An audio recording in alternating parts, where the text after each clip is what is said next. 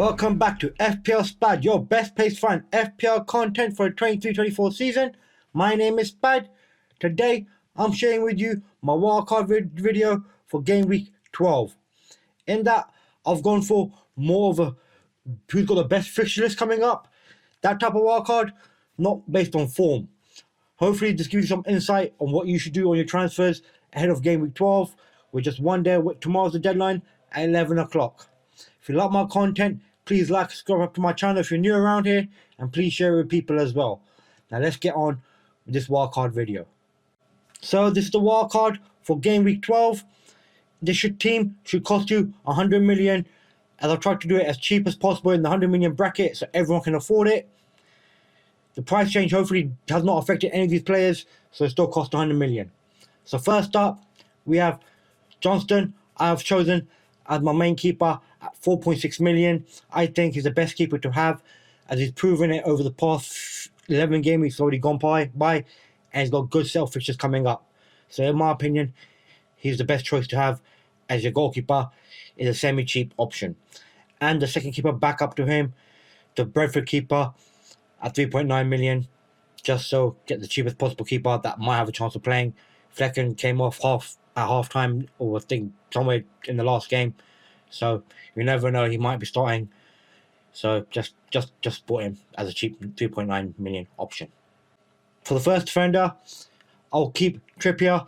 Like always, he's there just a bit on form as well, compared to the other team, just because you know he's going to be scoring those big points no matter who he comes up against. So you have to have him, just one of those players that you have to have in your team no matter who they're up against, because he will still get you points. He's got easy game against Bournemouth away, and then 2 hard games against Chelsea and Man United. But both those games, I think Newcastle could win those games. So, in my opinion, a great option to have in your team in a wildcard. Then for the second defender, we have Lascelles. Same for Newcastle. I just think he'll keep clean sheets, and he's only costing you 4 million. We don't know exactly when Botman's back, and I just think he's gonna keep clean sheets against these teams, even though they're hard games. Newcastle kept clean sheet against Arsenal somehow, so I don't expect them to carry on keeping clean sheets at home. They're just a force. So a very great option for only 4 million. For the next defender, we have Mitchell. A lot of people have already started bringing him in this game week. He's at 4.6 million. Just like the goalkeeper Johnston, he's got great fixtures list coming up where he's able to keep clean sheets in those games and maybe nick a goal from corners. So just another cheap 4.6 million defender to bring in, so we can accommodate all the attacking players that we have. Next up, for the first midfielder, we have Salah. In my opinion, you need to have him in your team because he can get major hauls a lot of the times, and sometimes even get returns even out of nowhere where he's not even performing. Liverpool did not have the best game week against last week against Luton, where Salah blanked, but that's because Nunes didn't finish his shot. He could have gone assist and made some points, but he got a blank. And they lost against Toulouse as well on Thursday, but he didn't play that game. He came on, so he should be playing the Brentford game, and he should be a bit more fresh compared to the Luton game.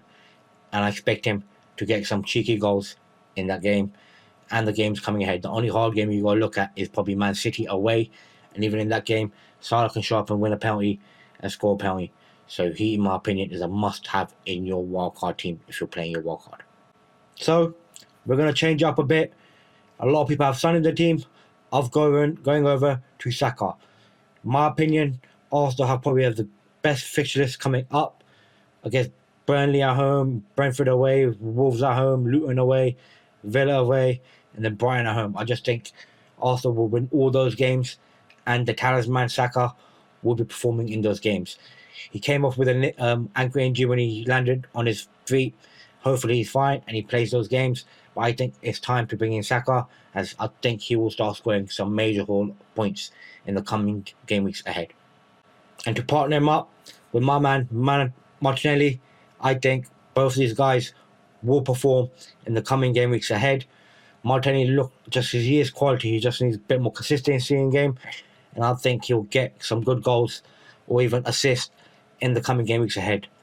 So in my opinion, you need to have Martin in your team, and he's a good differential as he's only owned by 5.1%. So he could be the difference of you moving up in major rank and not. because I think he could get a goal and assist in the coming game weeks ahead very easily. So it's a good cheap option to bring in at 7.7 million. And finally, for the fourth midfielder, we have Bowen, who's performing nearly every game. Even if they lose, he still gets a goal like he did against Brentford the other day. So in my opinion, he's a great buy to bring in. They've got a good fixture list coming up now. Forest at home, Burnley away, Crystal Palace at home, and then it gets a little bit harder, Tottenham away and Fulham away. But for the literally few games that we've got coming up, he's probably a must-have in your team. I'll probably be looking to bring him into my team somehow. I might have to do a minus here and maybe, but I'm not 100% sure if I will have to do it or not. But in my opinion, if you're playing a wildcard, Jarrod Bowen is a must in your team. I know his price is going up to 7.5 million now, but still, it's still a cheap, very cheap option compared to other midfielders out there to have in your team that's constantly producing returns. He's made 67 points so far this season. I think he's a must-have in your team. And you can't start a wild card team for striker without Haaland. You have to have him. I know he's blanked a few weeks. He didn't blank a few weeks, but he blanked last week with only getting 1 point coming off at half-time when he had a little niggle. Pop just took precautionary matters and took him off. Not everyone was happy about that because he played the next game in Champions League.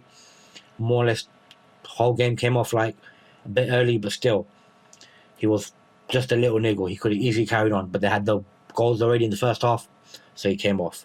That was just unlucky in our part. They do have some hard fixtures coming up, but this Man City team, especially two of the games against Liverpool and Tottenham at home, they could easily get 3 goals in those games, and he will be part of that, the goal, either in the assist or scoring the goals themselves. So in my opinion, you just have to have him in your team. You'd be crazy to take him out, especially if you think you can make up the points with having other players in your team. The next one up, in my opinion, is Darwin Núñez. Not a lot of people are a fan of him, as he does miss a lot of chances, but he does, in my opinion, create a lot of chances. He's got a good game coming up against Brentford at home. He didn't start the game against Toulouse. He came on, but he got even less time than Salah and Darwin, Szoboszlai and Trent. So in my opinion, he's probably guaranteed to start against Brentford because he's been more fit compared to Gakpo. And probably, I don't know who's going to play, either Jar or Diaz. We're not 100% sure. Diaz did play that game. I don't think he came off at any point. So in my opinion, Darwin Núñez is a must-have as he creates chaos in any team. Even against Man City away when Liverpool played them, he could easily get a goal even if Liverpool lose, because he is going to be on that back line, and Man City play a very high line as it is.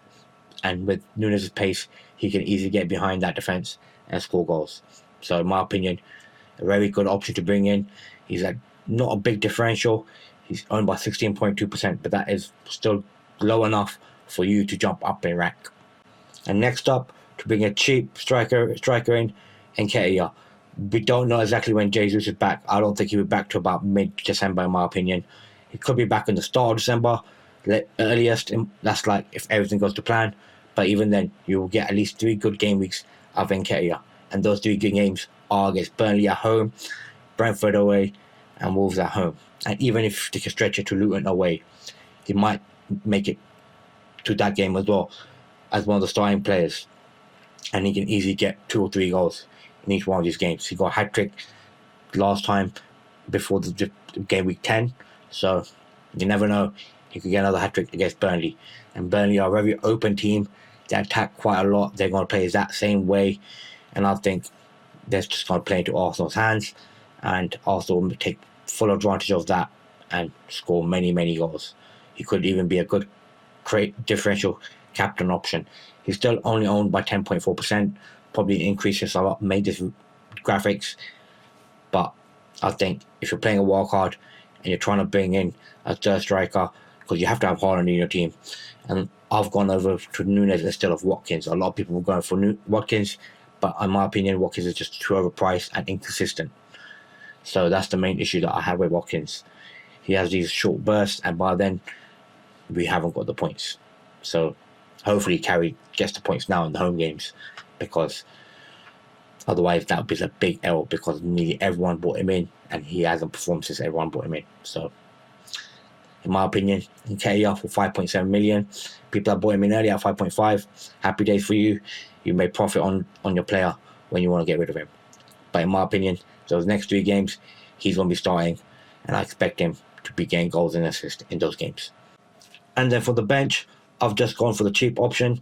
Baldock and Meggy, both cheap players at 3.8 million and 3.9 million, and Plestri at 4.4. I think there's maybe a cheaper midfielder now, maybe at 4.3 if you need a little bit extra cash, make to facilitate your other transfers. But hopefully you have more money in the bank than 100 million, where you can get just a little bit more improvements on some of these players. Maybe the defense, maybe the sales you want to change for somebody else if you have a bit more extra cash.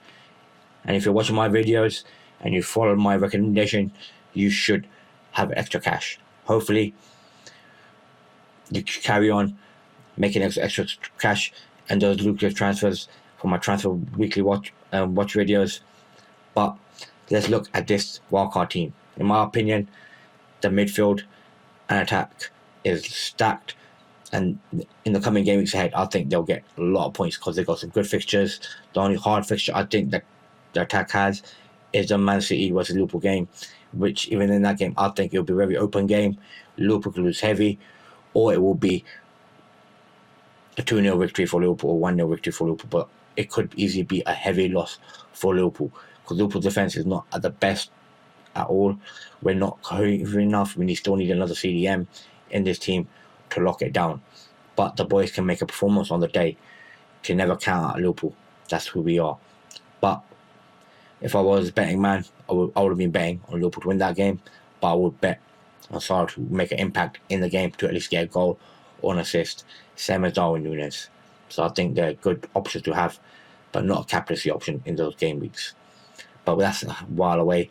Next game week, if you were choosing a captain, I'll probably go with maybe Salah or Saka.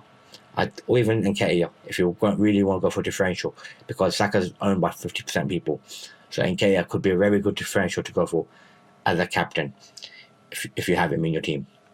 So that's it for this wildcard video for game week 12. I hope you enjoyed and found it interesting and got some transfer tips for yourself, for your team, to which players to bring in for the coming game weeks ahead.